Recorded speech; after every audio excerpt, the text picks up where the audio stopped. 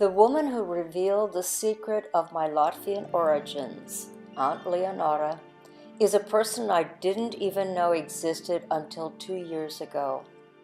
Before then, my first memory was being in a big house with a lot of other children in Haninkley, Germany.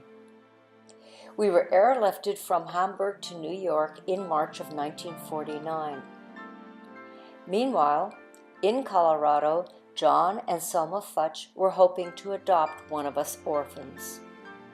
John's brother Carl offered to help since he worked for the New Jersey Social Services.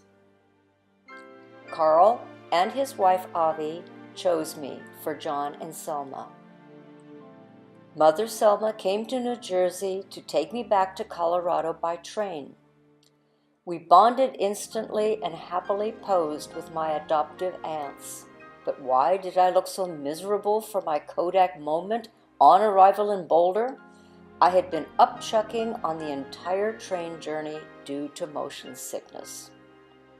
My papers said I was from Andripene, Latgale, Latvia. As my guardian, John Futch prepared my birth certificate. It gave Latvia as my birthplace, my family name, and an assumed birth date. There was no way to search for my origins in Soviet Latvia. But what I could and did do in 1963 was send a letter of inquiry to the mayor of Haninkley for an article in the college newspaper. The mayor referred me to the orphanage director, Dr. Bergfelds, who I learned 5 decades later incorrectly reported that my parents had died in the war. Before my trip to Latvia, I went to the embassy where an official researched and found my parents' names, Bronislavs and Solomeia of Andripene. And that official also gave the name and phone number of a possible relative in Andripene. But we had a language barrier in our conversation, which convinced me I needed an interpreter, who turned out to be Lars Olaps of Riga, a family detective with a website. He traced my family back to the mid-19th century to Abrams Platasis, described as a Jewish grocer in St. Petersburg, Russia, for whom there were no birth or death records. So it's uncertain when and for how long he was in that city. A possible scenario for him is that he was in Latvia, then called Livonia, which was part of Russia, where he married a Latvian Christian lady, and his only son Sylvesters was born in Latgale in 1860. After the Tsar issued an edict allowing peasants to buy land, Abrams bought farmland which he left to Sylvesters to farm in a village called Ruziski Sadza. It is then that I think Abrams went to St. Petersburg, where he set up his grocery store. Sylvesters married a Latvian lady, Domasilla, who bore him 7 children. The firstborn was August's, who served in the Imperial Army of Russia and married Malvina. Their firstborn was Bronislavs, my father. After Malvina died, giving birth to her 4th child, August's remarried. His second wife was Helena, a widow, who gave him 3 children. They were Jasips and 2 daughters, Malvina and Leonora. I drew on Leonora's amazing memory for the story of the Platasis family, who were wealthy farmers called kulaks. My parents met in the church choir and were married in 1940. Several years later, as my pregnant mother was working with my father in the fields, her water broke. My father then took her to the sauna and told his brother to go on horseback a few miles down the road to fetch the midwife, a jolly woman who was known to enjoy a drink now and then. For her services, my grateful father gave her some of his homemade brew. Leonora called me Marite, meaning ladybug, and the name caught on. But at the christening ceremony, the parish priest said I had to have a holy name.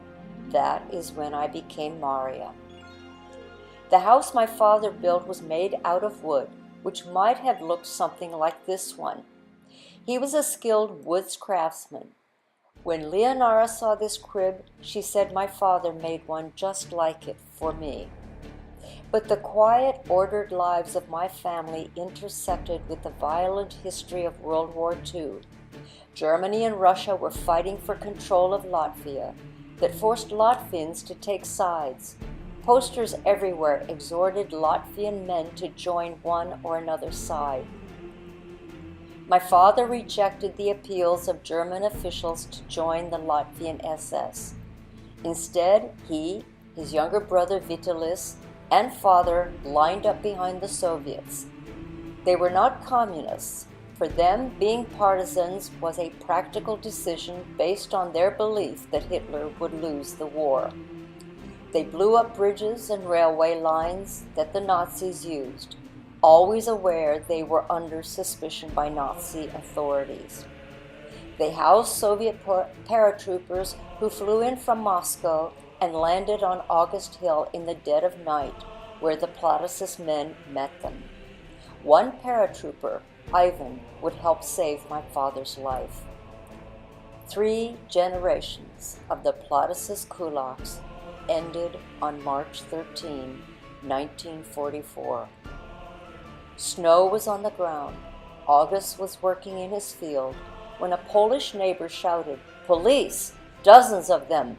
Horseback! They have wagons!" August knew they were coming to arrest him and his fellow partisans. He raced home, ordered his sons and Soviets to run for it. They raced through the snowy fields while the Soviet Ivan brushed away the footprints in the snow.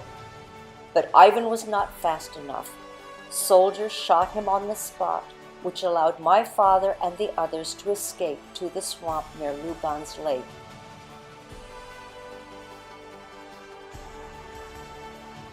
Meanwhile, back at August's home, police put Helena, August's, and his brother Kazimier's into one wagon, my mother and me into a second wagon, and loaded food and livestock that they took from our homes in the remaining wagons.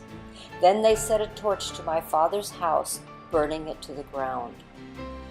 The police took us to Rezekne prison, 16 miles north of Andrepene.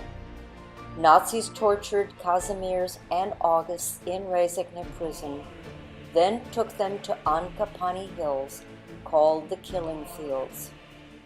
Soldiers ordered Kazimier's to dig August's grave, since August was too weak from the torture to do it. As Kazimier's kissed his brother on the cheek, saying, "I'm sorry, brother," an enraged soldier hit Kazimier's with the butt of his rifle for speaking to his brother. A memorial honors the 8,000 gypsies, Jews, Russians, and partisans such as my grandfather, whom the Nazis murdered at Ankapani Hills. One of August's brothers, whom local officials interrogated, gave up the family to the Nazis. It was Albert's, August's youngest brother. Just before the arrests, Alberts and his family quietly left Brzezinski village, never to be seen or heard from again.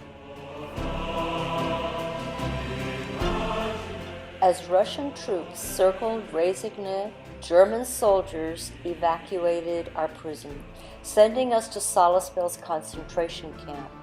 As we entered, the soldiers pulled me away from my mother. She screamed and kicked, but it was no use. Soldiers took me to the nursery and mother to her cell, where she cried all night, unable to get up the next morning. My mother and I never saw each other again.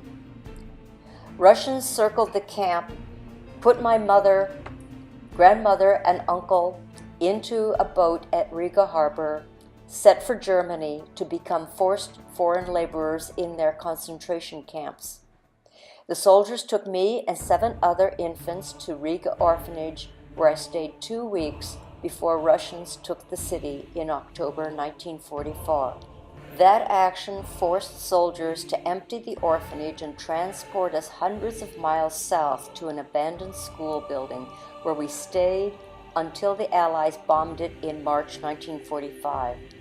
After it was safe to travel, Germans put us on trains to Honnenklee, then Gulf Hotel, which was home for the next 3 years, sometimes called Kinderhaus, also Riga Orphanage in Germany. In April 1945, the British liberated Bergen-Belsen camp, where my mother was one of its prisoners.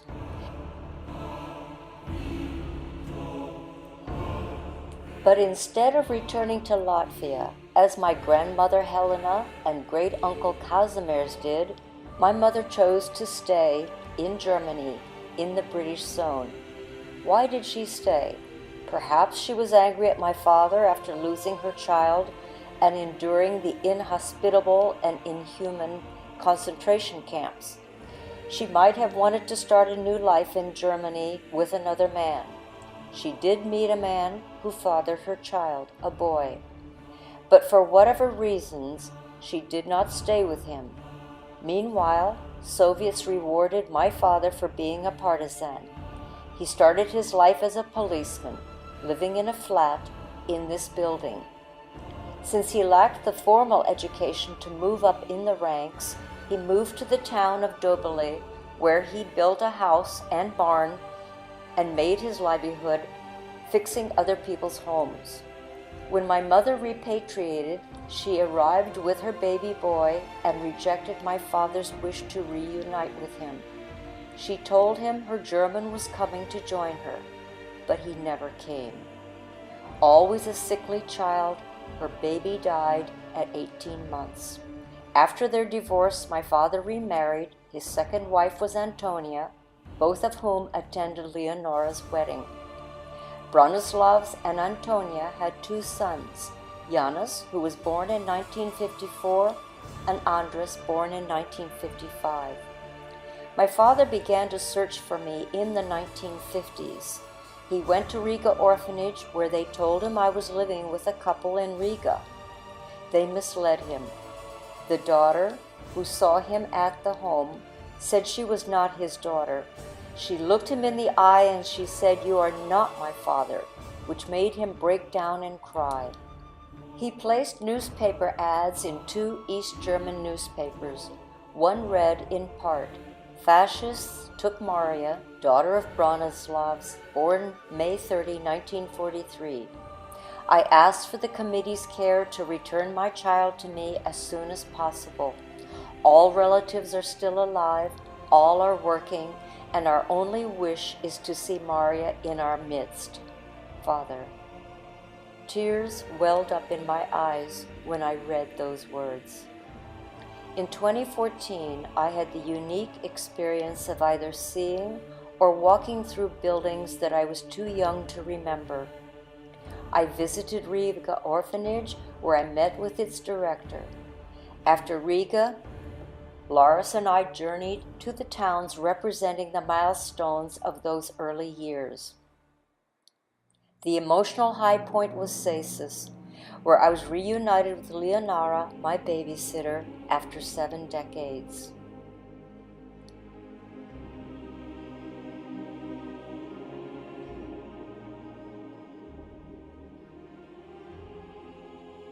I planted a seedling at my mother's grave in Andrepene.